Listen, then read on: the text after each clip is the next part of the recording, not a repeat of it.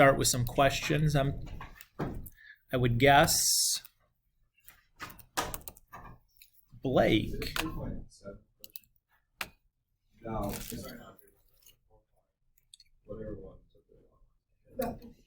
So I don't really want to have to do that again. I don't know. Okay. This is a 4.8. Okay. Because I was gonna if you were yeah, no, I don't want to sit through 4.7. Yeah.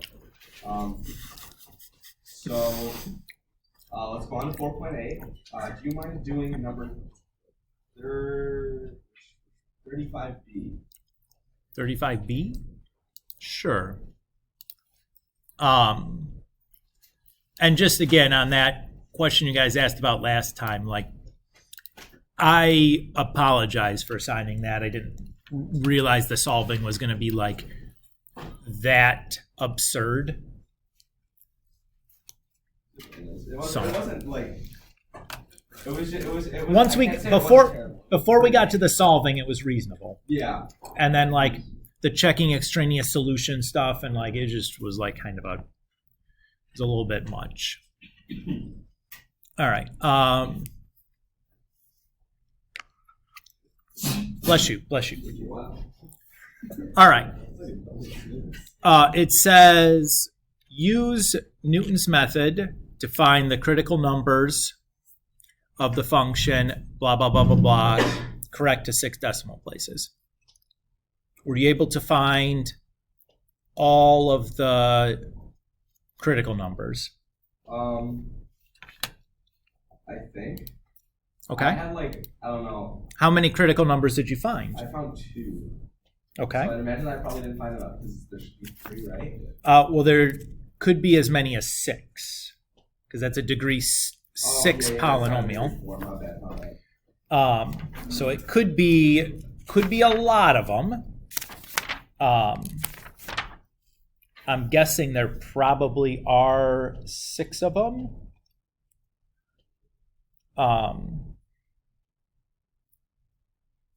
Let's see. The answer key shows 4. It looks like.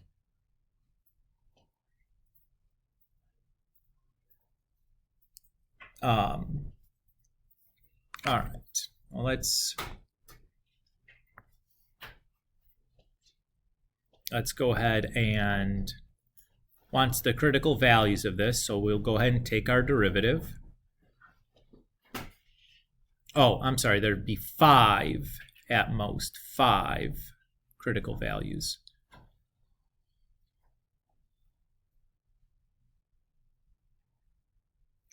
And now I recognize that this is a polynomial, so there's no place the derivative would fail to exist. So all the critical values will just happen or come from setting the derivative here equal to 0.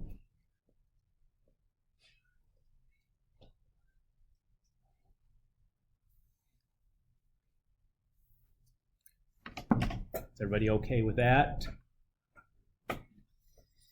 All right.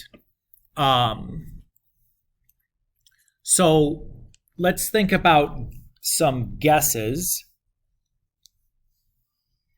on how to think about this.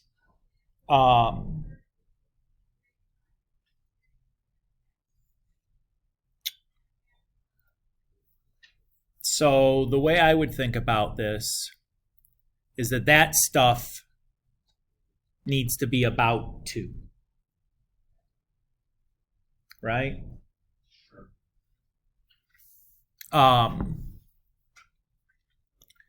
So this part's, let's see here, this piece is always positive, and then these parts will match whatever the sign is on my function, right? Or the sign on my x that I pick. So I probably am going to have some negative and some positive. Yeah. And I think for this, it wouldn't probably be unreasonable to just look at the picture to get an idea of what my guesses might feasibly be. So you're allowed to do that? I mean, if they're asking for all of the critical values, I don't know how to be able to make guesses good enough without looking at the picture, to be quite honest with you. So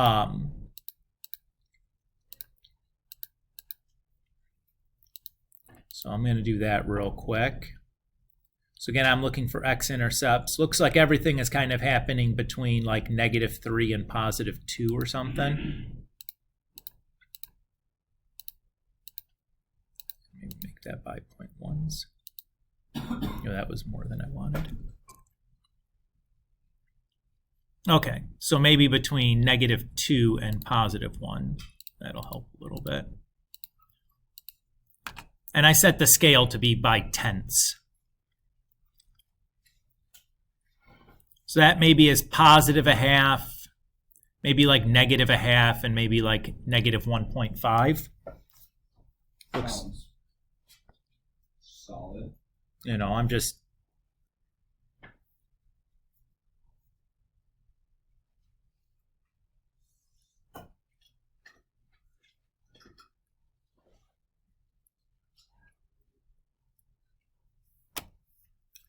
kind of taking a stab at. Ballpark is probably good enough. So we'll start -1.5. Oops, the derivative is in. Okay. And then I'm just going to scroll back up here and find my, what I typed in yesterday.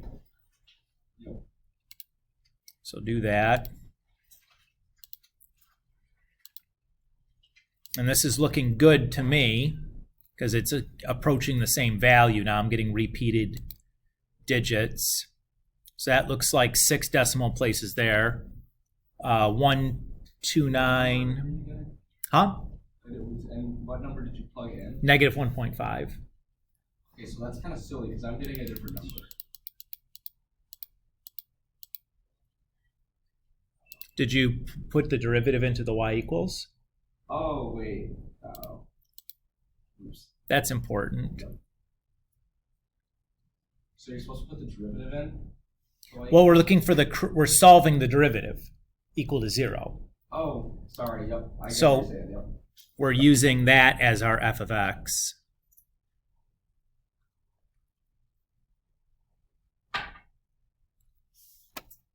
So I'll repeat now with -0.5.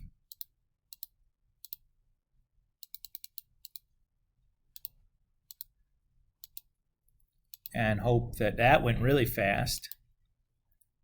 There we go. Got 1.29. Yep, 1.29 and change. I think it asked for 6 decimal places, which is always lovely. And we'll do 0.5.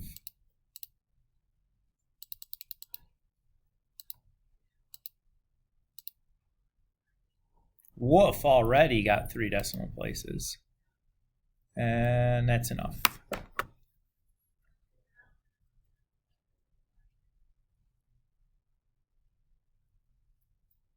Teagues. So, like on the final, we would put like on GDC or something like that. So what I asked the directions when I had the Newton's method problem was like, show your calculation for x2, like show what you would do to find x2, and then do the other ones just in your calculator. So I think I asked for like, give me the values for x1, x2, x3, x4, x5 or something, and just show the calculation for x2 and then calculator the rest of it. Does that answer what you needed? Yeah. So, Blake, you happy? And then so the minimum value. Oh yeah, then we have to do our tests to figure out which one of these is the minimum. And it's asking for an absolute minimum. So I can just now do the function here. So x to the 6th minus x to the 4th plus 3x cubed minus 2x. I'll put that in y2, so I'll do y vars function y2 of, and then I'll try each of these guys. So that's negative 0.672121.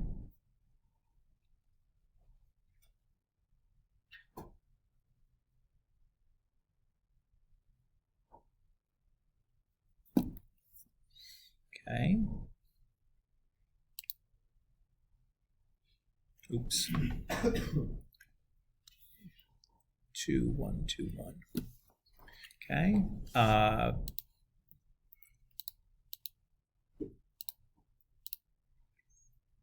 Bars off, and let's go and grab the next one.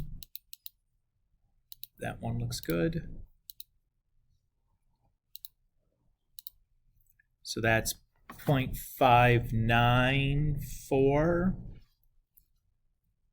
And already I'm just going to discard that because we're looking for the minimum, the absolute minimum. That one's already bigger than the previous one was, which was, oops, negative.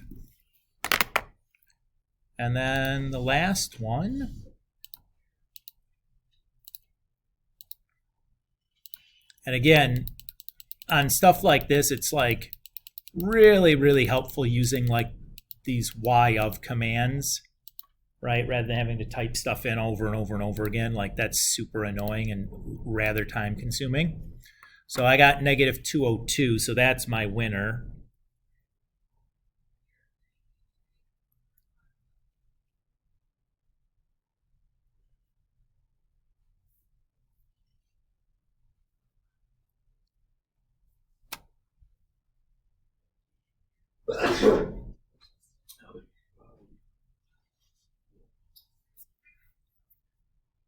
So this was like part A and part B.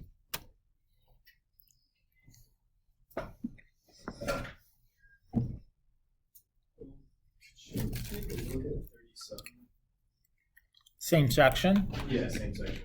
So I'm pretty sure the idea is the same as 35, but this time you just set the second derivative equal to 0, but for some reason I could not get the answer back and forth.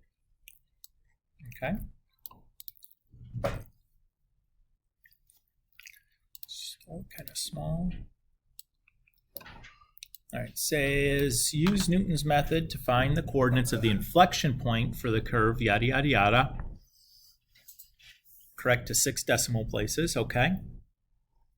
Oh, and it's on 0 to 2, or 0 to pi, that's fine. So we'll start by doing the first derivative. So use the product rule to do that. And then my second derivative. So here I'm going to use, I have 2 product rules, right?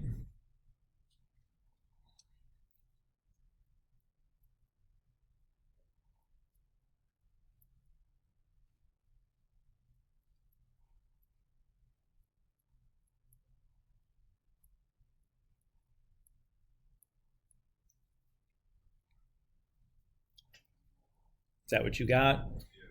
Okay. Okay.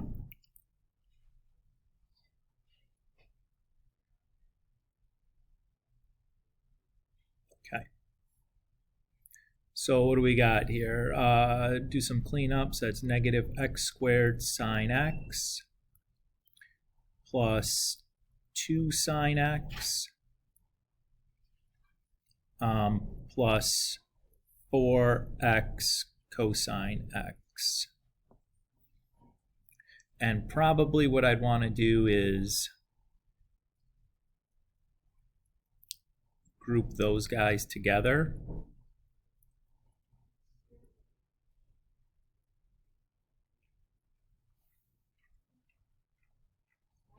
Good morning. Oh, goody.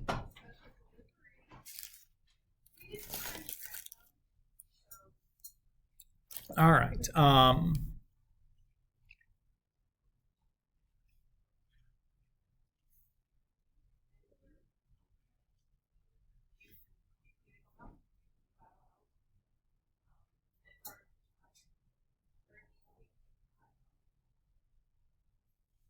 So that's that. Let's see, thinking about a guess here.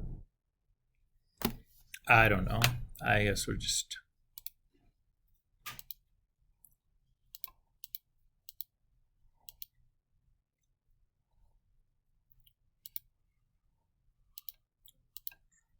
just take a look at the picture, I suppose.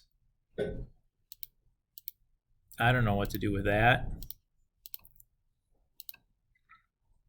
Right? Like, any clue what 4x times cosine x looks like? I couldn't even venture. I think it's probably going to be like a diagonal kind of squiggle, but like, I don't know. Or it's going to be like getting progressively bigger or something. I don't know. So there's that. And we're really only caring about what's happening from 0 to pi. So I'll do that and maybe go by pi over 4s or something. All right, take a look.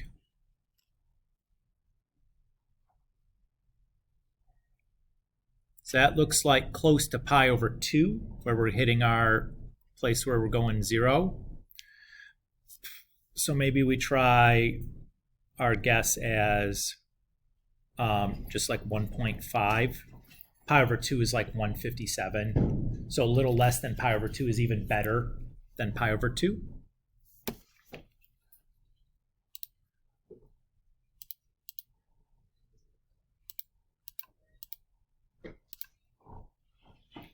And then let's go back and retrieve that setup.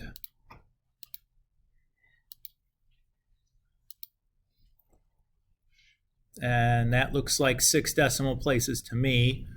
151,985.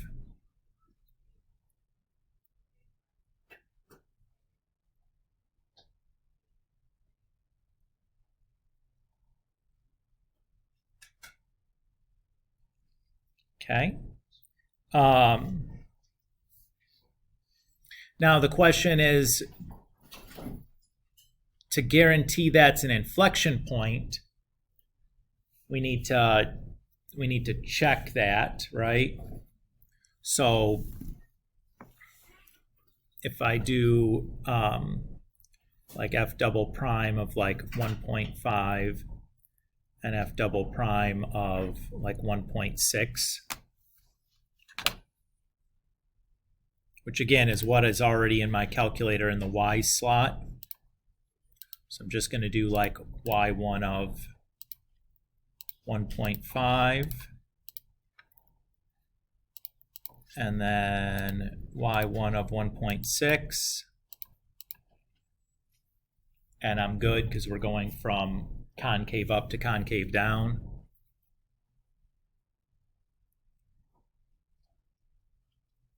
So that's my IP there.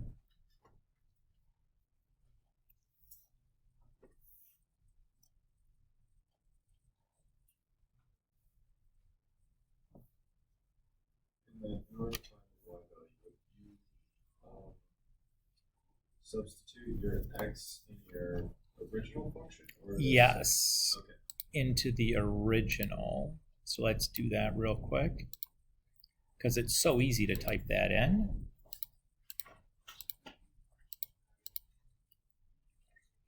So do y2 of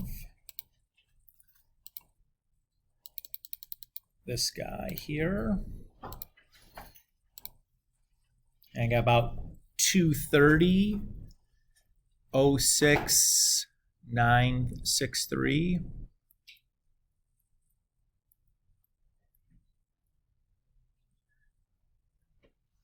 I forget now.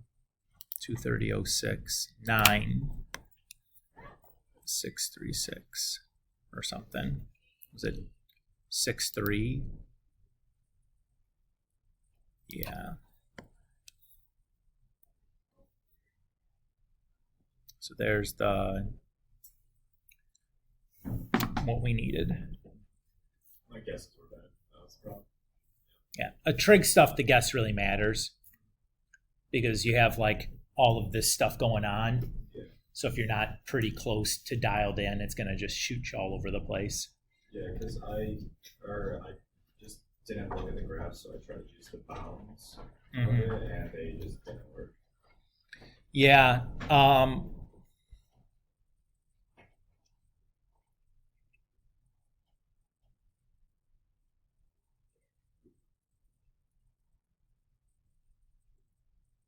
So I'm trying to think here. If this was, since it's between 0 and pi, I know that sine is always positive there. So I can at least tell that, like, this piece is positive and that piece is negative. And this piece is stuck at positive kind of 2-ish, right? Because sine is bounded between 0 and 1. And then cosine x can be negative on the other side. So, yeah, I don't know. In terms of looking at this and venturing a guess, I probably would have picked 1. And then probably didn't work. Yeah. So I might have tried like 2 and seen what happened. And then if that didn't work, maybe split the difference. Yeah. Well, I mean, I started doing that, but I don't like doing that because I'm just like throwing numbers at it and I don't really know what's happening, and that just annoys me because I want to know what's happening.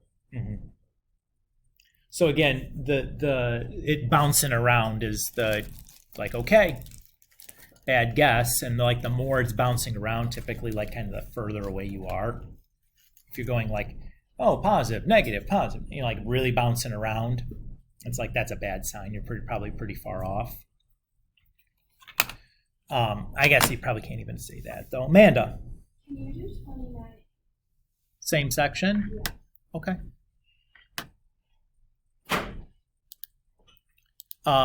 Notice on these though, like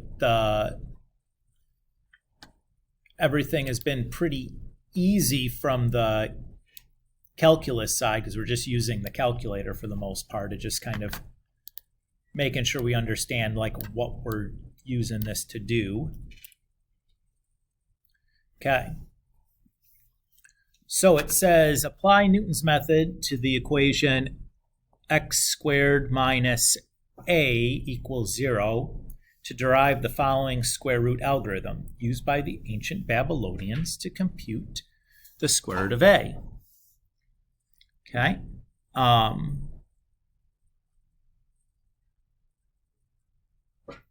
Okay, so this should be our answer. That's what we're aiming to get. So our f of x is x squared minus a. Our f prime of x would then be 2x. And our guess for the square root of a, we'll just call x to the n. And I'm okay doing that because I see x to the n's in my formula that I'm trying to get to. So if I do Newton's method, and I use the formula that we gave you, that's x to the n over f of x to the n divided, minus, there's a minus in between these, and then over the derivative of f of x, evaluated at x equals xn. So f of xn is going to be xn squared minus a, and the derivative of x, or derivative evaluated at xn, is going to be 2xn.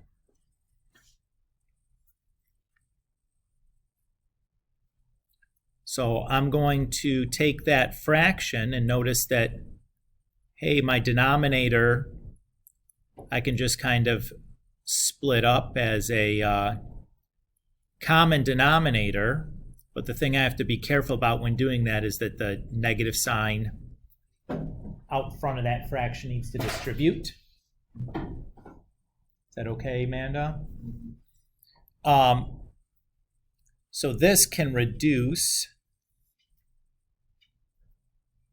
and I have xn minus xn over 2, just gives me xn over 2 plus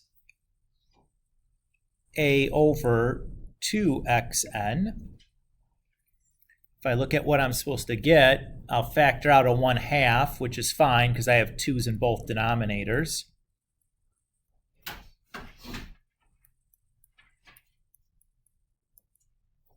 And that's what I was supposed to be getting.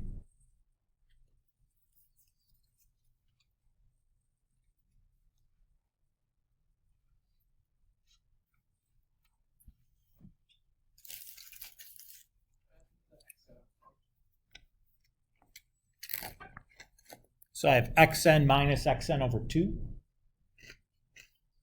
It's just xn over 2. You'd make a common denominator and stuff if you needed to like to see it, but it's like x divided by, or x minus x over 2 is just like x over 2. Something minus half of that something is half of that something.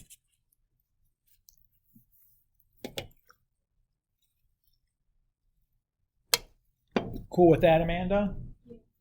Yeah. Again, not as bad as you thought, right? No, I just wasn't sure what it was asking. Yeah. It was basically a show problem. And I wasn't sure that the A was. Oh, yeah. Yep. But isn't this neat though? Like, this is a calculus outcome that the ancient Babylonians were using. So like thousands of years before calculus is invented, these people that didn't even have iron, they're like Bronze Age peoples, were like toying around with some of these same calculus notions. That's wild to me. What were they using this for? Like I don't know, to do mathematics. Like to build stuff. Like ancient structures are actually super impressive, in a lot of ways much more impressive than modern structure. Like you think about like a skyscraper that we can build, super impressive, right? You let that sit unmaintained, how long is that thing really going to stay standing? Not too long. Maybe a couple 100 years, right? Go look at the pyramids that are basically still intact, like 5,000 years after anybody stopped doing or like continued doing maintenance on them. Like that's a super impressive feat of engineering, to build something so well that basically it's there forever. Like it's not going away. It's not falling down. It's not crumbling. Like it's there. Well, but like you think about that. Now it took a lot longer to build than a skyscraper did. But the building materials in a lot of ways are far superior than using like concrete and steel. Because stone doesn't rust, doesn't crack. It's like stone is stone, man. It just stand. Like the pyramids made it, but like think of how many of those didn't. Well, like there's a lot of Roman stuff still there thousands of years later. Colosseum's still there. Like the Parthenon's still there. The Acropolis is still there. Like a lot of that stuff is still standing. A lot of that stuff is still standing and in pretty good shape. Like a lot of Roman aqueducts are still there. Roman roads are still there. You go look at Central America and how many of the palace complexes from like Mayan and Inca and Aztec peoples are still there. That's true. The biggest thing with the ancient peoples that did your structures in was like massive natural disaster, like earthquake, volcano, flood, and then other people coming in and just tearing your stuff down because of war.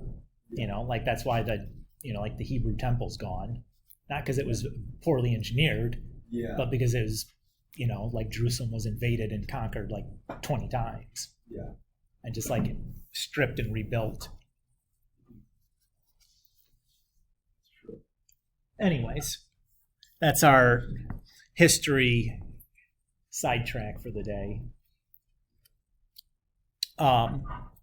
Anyways, so this always, like, this kind of stuff always makes me wonder, like, if we had a better, what separated, like, why did it take so long to get to calculus? Like, thousands of years ago, people were already toying around with these ideas. And I think it's, like, literally the stability of society allowed you to hang on to, like, the acquired knowledge of previous generations better in modernity than it was in ancient times. It's not a factor of people being smarter or having more technology. You didn't need the technology to do the math. Yeah.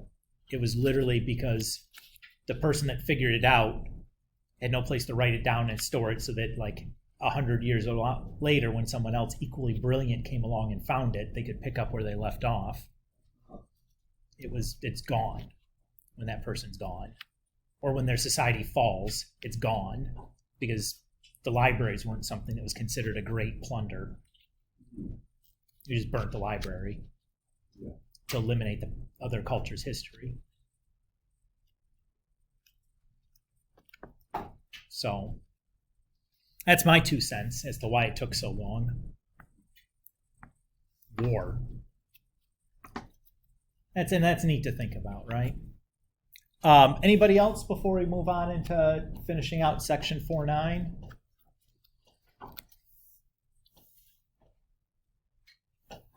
Okay.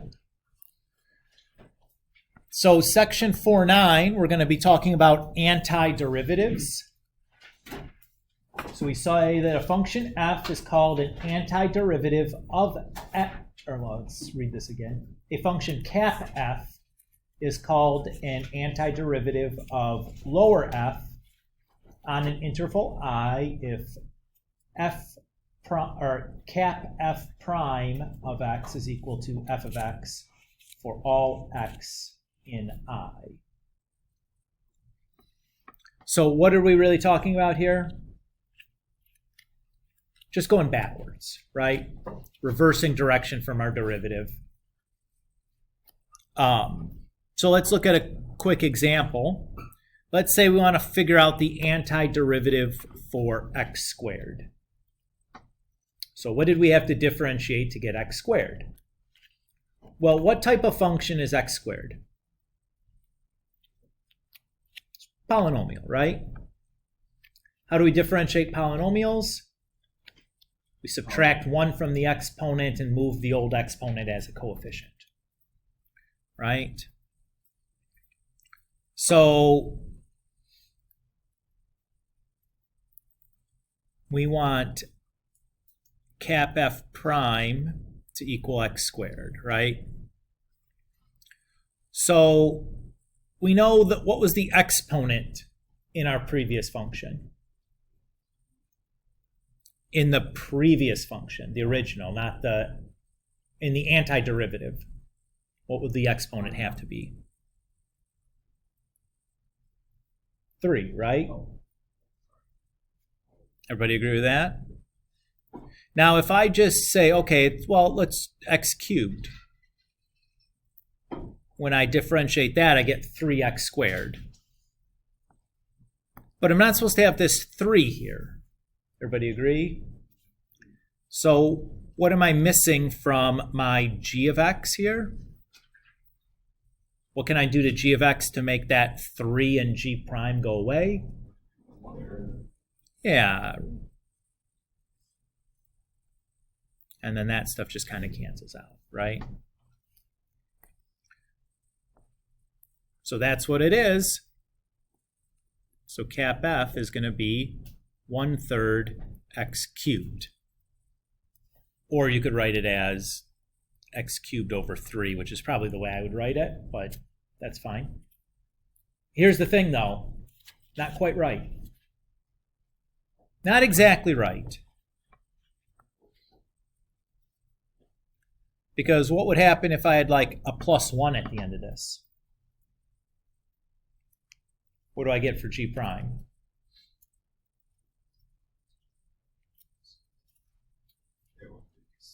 Still x squared, right? So why can't this be x cubed plus, or x cubed over 3 plus 1?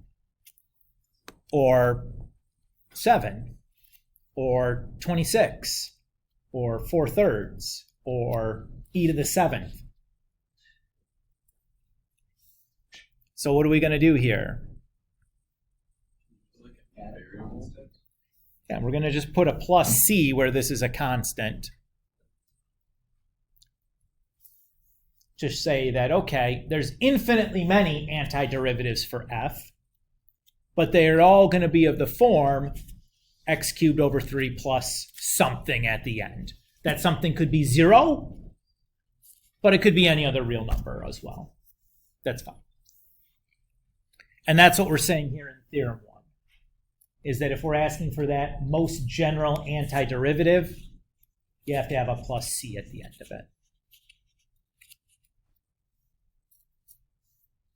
Everybody okay with that? Let's do some more antiderivative examples here. So again, we're asking for the most general antiderivative. What that means is that we have to have a plus c at the end. So what do I need to differentiate to get a sine x?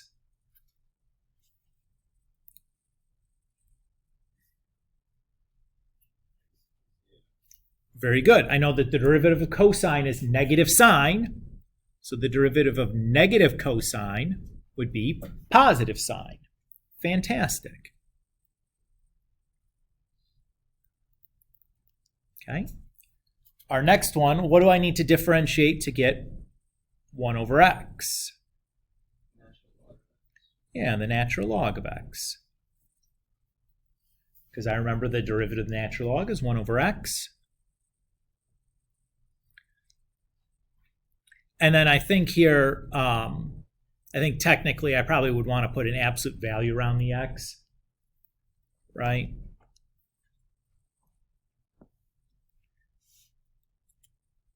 Because there's no reason why 1 over x couldn't be negative, but you certainly can't have the log of a negative. But I don't think that I wouldn't mark it wrong if you didn't. And then the last one here, this is like just a generalization of what we saw in the previous example, correct? So what did we do? We took the exponent, we added 1 to it, and then we divided by that new exponent. Why do you suppose we have that n can't be negative 1? Nope. It'd be this, right? If I had x to the negative 1, that's 1 over x. That's why the rule has to be for some other exponent. Does that make sense? Okay. So what we've done here in this table is we just collected together a bunch of our derivative rules and wrote them in reverse. So we just have this as like function and then antiderivative next to it. Is this new information? No, just our derivative rules just flipped around, right? Nothing new to memorize here. Okay. So let's go ahead and look at a couple more examples. So it says find all functions g. What is that another way of saying? Means that we just need a plus c at the end, right? Because each different c would constitute a different function. Such that g prime of x is equal to yada, yada, yada. All right, first order of business is I hate this. Because I don't know, that looks like the result of like a quotient rule or something. I don't know how to go reverse a quotient rule. That seems like it's going to be absurdly complicated and beyond the scope of what I'm capable of doing right now from an antiderivative standpoint. What should I do with this? Sneaky algebra, exactly right. Yes, I love it. So all I'm going to do is I'm going to take this fraction and write it as the difference of two fractions that have a common denominator. Everybody's cool with that?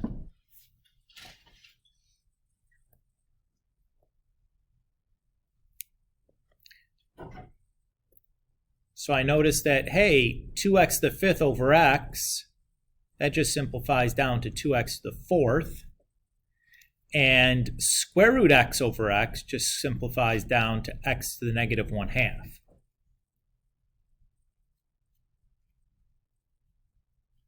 Everybody happy with that? Okay. So if I do my antiderivative now, that 4 is just going to kind of come around for the ride. What's the antiderivative of sine? Negative cosine. Excellent. And then the 2 just going to kind of come along for the ride. What's the antiderivative of x to the fourth? X to the 4 plus 1, the fifth, over 4 plus 1, or 5. Everybody's okay with that? Okay. Then I'll have my subtraction. And how do I do the antiderivative of x to the negative 1/2? The same way, right? X to the negative 1/2 plus 1 over negative 1/2 plus 1. So just simplify things down a little bit. So I have negative 4 cosine x plus 2x to the fifth over 5 minus 2x to the 1/2, or you could write it as square root x if you wanted to.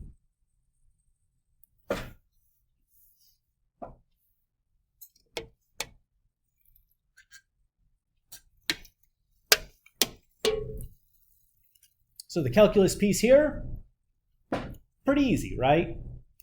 What was the trickiest thing? Was doing that algebra to make the calculus easy.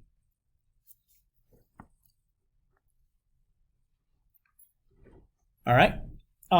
Let's look at another example here. It says find f if f prime of x is equal to e to the x plus 20 times 1 plus x squared to the negative 1, and f of 0 is equal to negative 2. So I'm going to use that last piece of information there. That's going to allow me to solve for a specific c. But the beginning part is still going to be like the same deal. When I look at this, though, I hate that, right? Does that look like a chain rule would have had happened? So what do you suppose I'm going to do? Some sneaky algebra rearranging. Here's what I'm going to do. That negative 1 exponent is the same thing as writing it as a reciprocal. And I love what I got here, because this is something I recognize.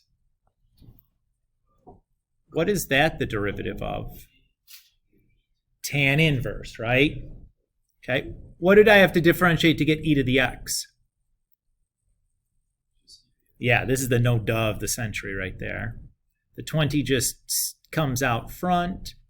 You recognize that that is tan inverse of x. And then I have my plus c at the end. Now I'm going to use this piece here to solve for c. Oops, I didn't mean a prime there. That's just f of x.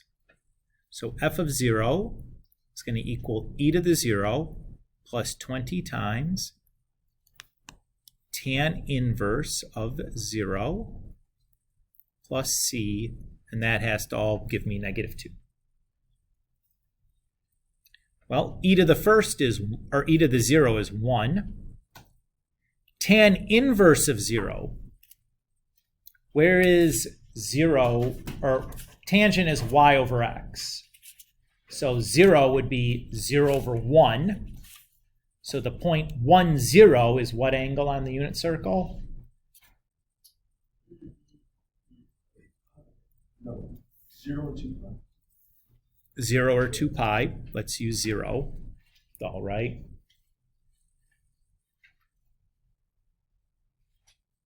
So we just get c as -3. So we'd say our answer, let's just do it over here, is e to the x plus 20 tan inverse of x minus 3.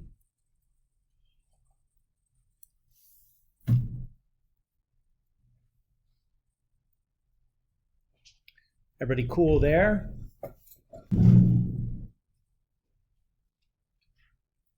All right, let's do another.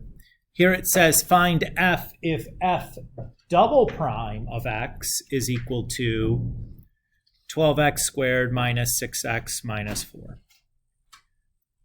So what am I going to have to do here to go from f double prime to f?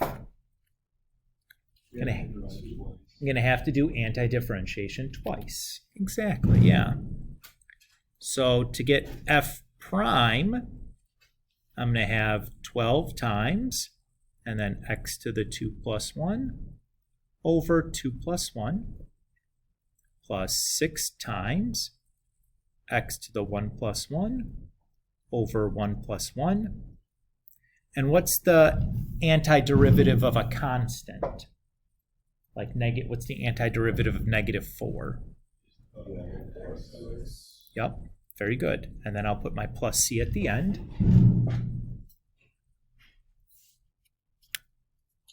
Everybody's happy with what I did?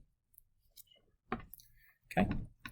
So that's going to simplify down here to, let's see, 4x cubed plus 3x squared minus 4x plus c.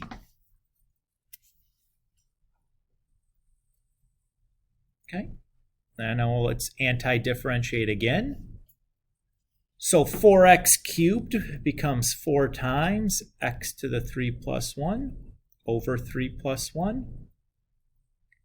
And then x squared becomes x to the 2 plus 1 over 2 plus 1. X becomes x to the 1 plus 1 over 1 plus 1. C becomes cx. And then I'll need to introduce a new constant at the end. So I'll just use the letter D there for my new constant at the end.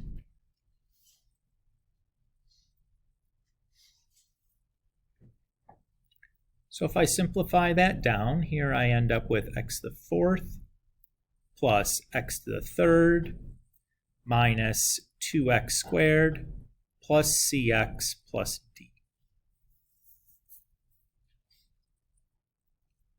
Now I see why they had given me 2 values for f, because I have 2 constants to solve for. Everybody's happy with that? Which one of these would be easier to use first? Which one, f of 0 or f of 1? Which one's going to make my life easier to go first? F of 0, good. Because when I do f of 0, I get 0 plus 0 minus 0 plus 0 plus d is equal to 4, or just that d is equal to 4.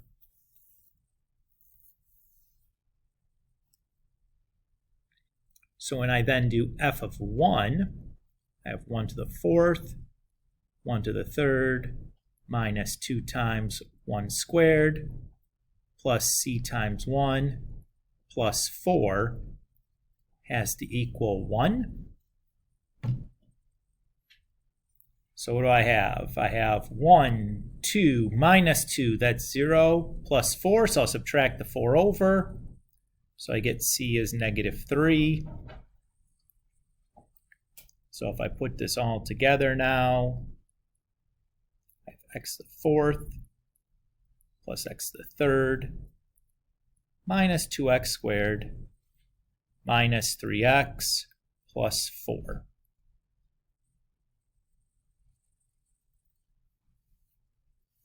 And there's my final answer. What do you guys think? This is not bad, right? It's fairly easy, not a big deal. All right. Let's go on and do a couple of story problem examples, and then I'm done for the day. Do you suppose this process is going to get a lot more complicated? Yeah. Like trying to go backwards from product quotient chain rules is like not trivial. Yeah.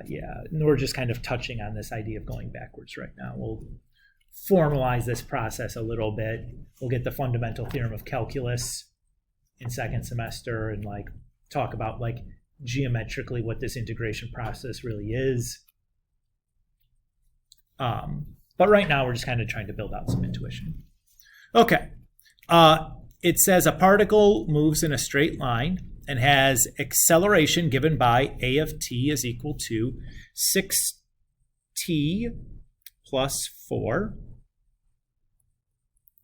We're told the initial velocity is -6 and its initial displacement is 9, and we want what our position function s of t.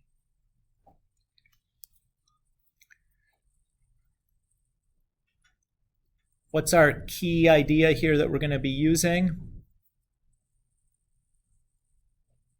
Acceleration is the same thing as the derivative of velocity, or the second derivative of position. Or velocity is the first derivative of position. So that's kind of the key that we're going to be using to doing this. So we're given an acceleration, and we want to get an acceleration function. We want to get to a position function. First thing we need to do is go to velocity. So we're just going to anti-differentiate there.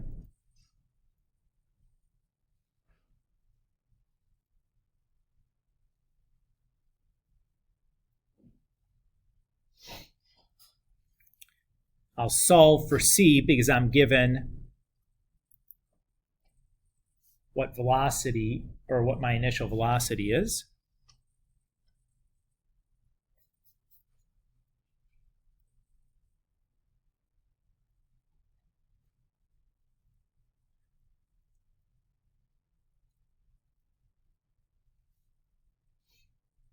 So I have that c is -6.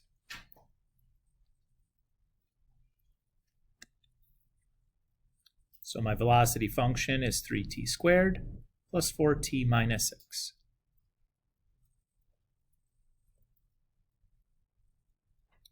So if I anti-differentiate that to get to position,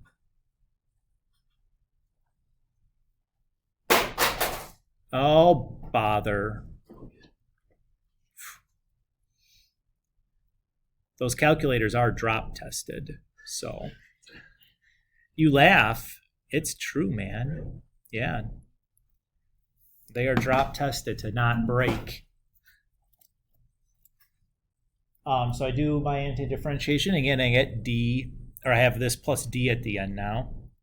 So again, can solve for that using my initial position. Oops. 0 to the third plus 2, 0 squared, minus 6 times 0 plus d tells me that d is 9. Oh, I should write equals 9, right? And there, that's why d is 9. So here's my new position function, t cubed plus 2t squared minus 6t plus 9.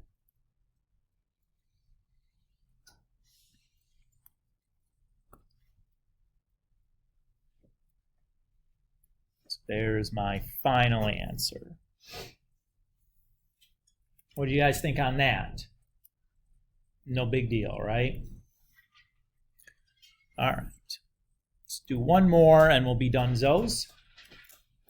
So it says a ball is thrown upward with a speed of 48 feet per second. Okay, what is that piece telling us?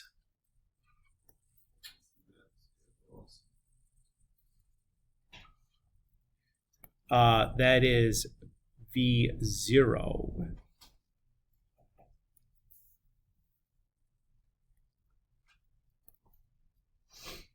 Okay, so it's thrown upward from the edge of a cliff 432 feet above the ground.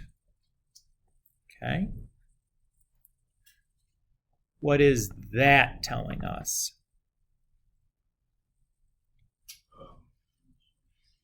Initial position, S of 0.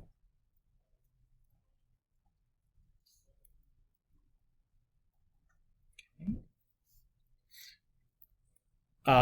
Find the height, or find its height above the ground t seconds later. What is that asking for?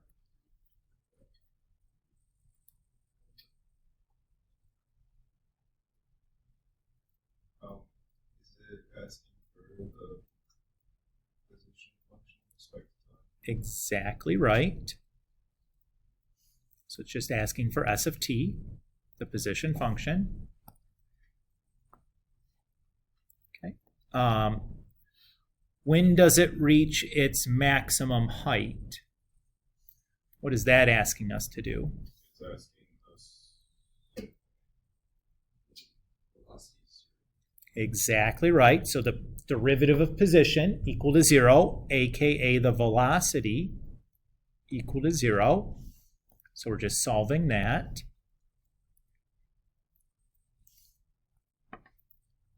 And let's pick maybe that color. And then when does it hit the ground? What is that asking us to do?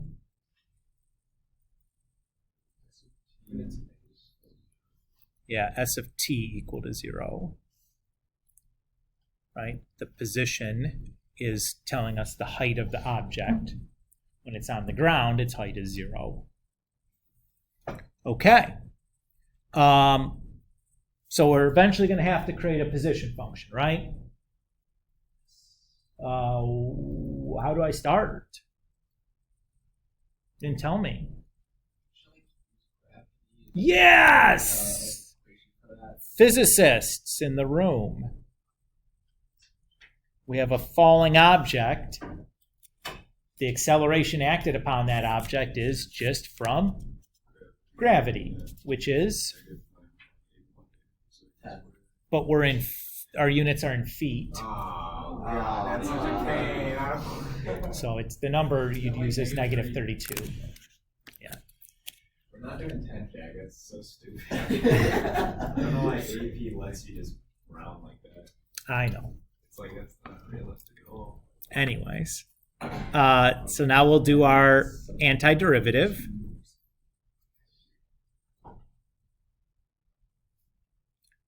We'll use our initial velocity of 48 to solve for C.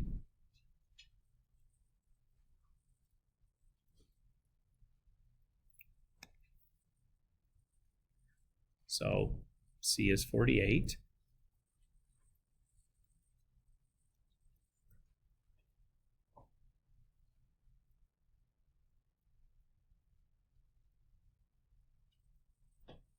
Okay. And then we'll anti-differentiate that.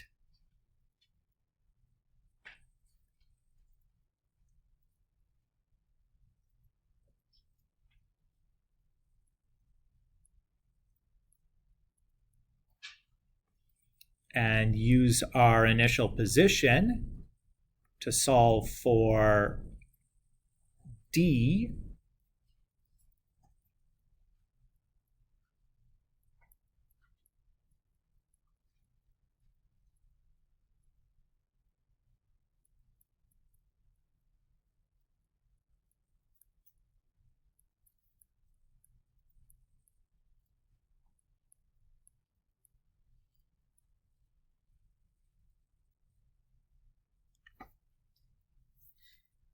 And that's our first solution we were looking for, right? There's our function for S of t. Everybody still doing great? Okay. Next thing we'll do is we'll take our velocity and set that equal to 0. Again, if we're looking for a maximum or minimum, the only thing we need to find are the critical values. This is a polynomial, so the only critical values are going to be where the derivative is 0. So I'll subtract 48 and divide by negative 32. That's going to give me 3/2. Now, do I know that's a max or a min?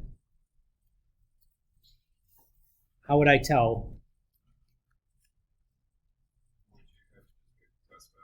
So you could use the first derivative test and pick a value on either side and plug those into the first derivative and show that we go from increasing to decreasing. Absolutely. Or we could use the second derivative test, where all we need to do is show that the second derivative is negative at this value of t. But I know the second derivative is negative everywhere. So that's enough to tell me that that's my maximum. Does it matter which way you do it? No way, man. But I love the second derivative test in this situation where you don't really have to do anything because you already have the second derivative. In all these anti-differentiation kind of problems, the second derivative test is often quite useful because you already have the second derivative and there's no extra calculus to do. Teagues. So, like if a of t was like negative 32t, you might not use the second derivative test, is what you're saying? Right. Okay. I mean, I still might because it's an easy plug-in, Right. but like, it's a little less appetizing there. But unless you're, like dealing with a machine moving, Yeah. like if things are just falling, like acceleration's constant, man.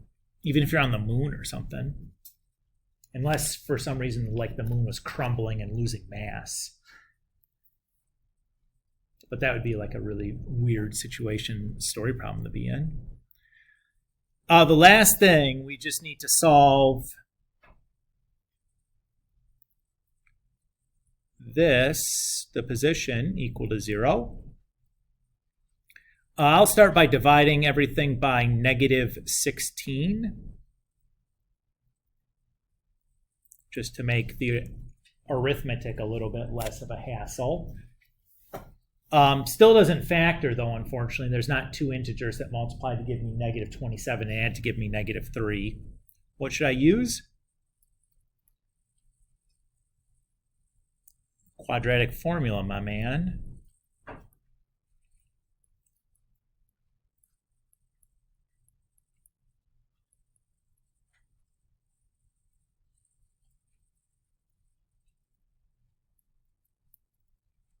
So what do I get there? 3 plus or minus square root 9 plus 108, 117 over 2.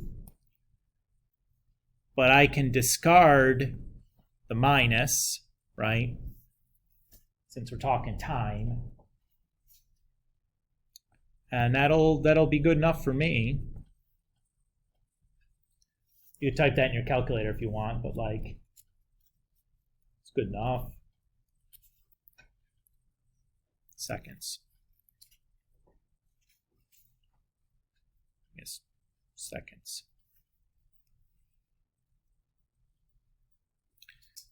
And that's about that. You guys feel okay on this section? Again, this was fairly easy, right? Nothing super complicated happened. Most of the hard stuff was just like a continuation of using these first and second derivative tests that we should feel reasonably comfortable doing by now, because we've been using them for, I don't know, it's like the fourth section they've come up in, right? Because we used them in 4.4, 4.5, 4.7. and then 4.9 here again. So it's not like that's new.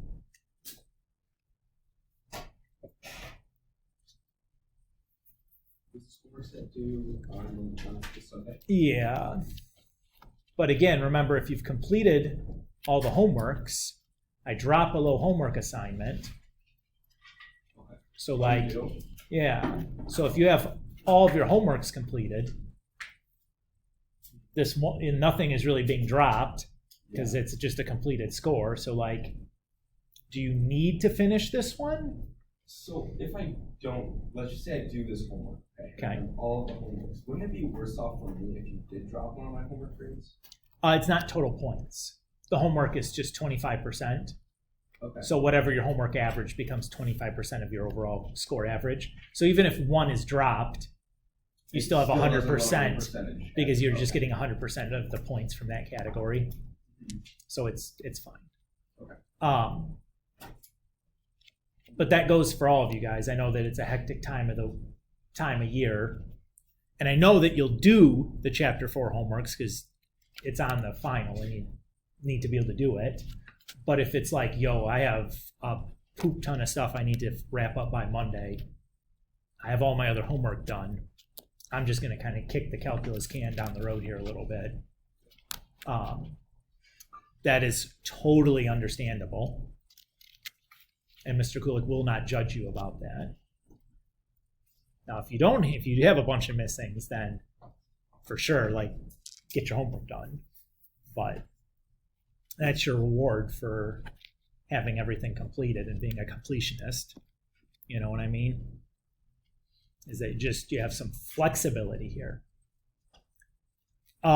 So for you guys, in preparation for the final, I'm going to hopefully by the end of today, I'm going to go through and get you a list of like homework problems that would be good to like narrow your studying down on. So some things similar to what I wrote for the final, much like we did on some of the previous tests. And basically all the homework problems I wrote, or all the test problems I wrote, were like kind of similar to homework problems. So it's not like on the previous test, I wrote you some specific Mr. Kulik questions, but those Mr. Kulik questions are based on like AP free response questions that I carved out the piece that I wanted, or that made sense to ask you guys about. So I didn't really do that here, so I probably won't write any original review problems. I'll just kind of direct us back to some homework stuff. And I'll put in a blank copy and keys for the 3 tests that we did. So if you want to rework some of those things, I'll put that in there. And then on the 2 days we meet next week, on Tuesday and Wednesday, Wednesday's the next day, so you see all your classes or whatever. I'll just pick some, we'll pick some problems that I feel like are good ones, give you some, 5-10 minutes to work on stuff, and then go through them. We'll just do like some group practice. Does that feel like what you need for to prepare or whatever? Okay. Everybody reasonably happy? I mean, as happy as you can be for talking about exams and for a class that's really hard, and, But I'm trying to make it like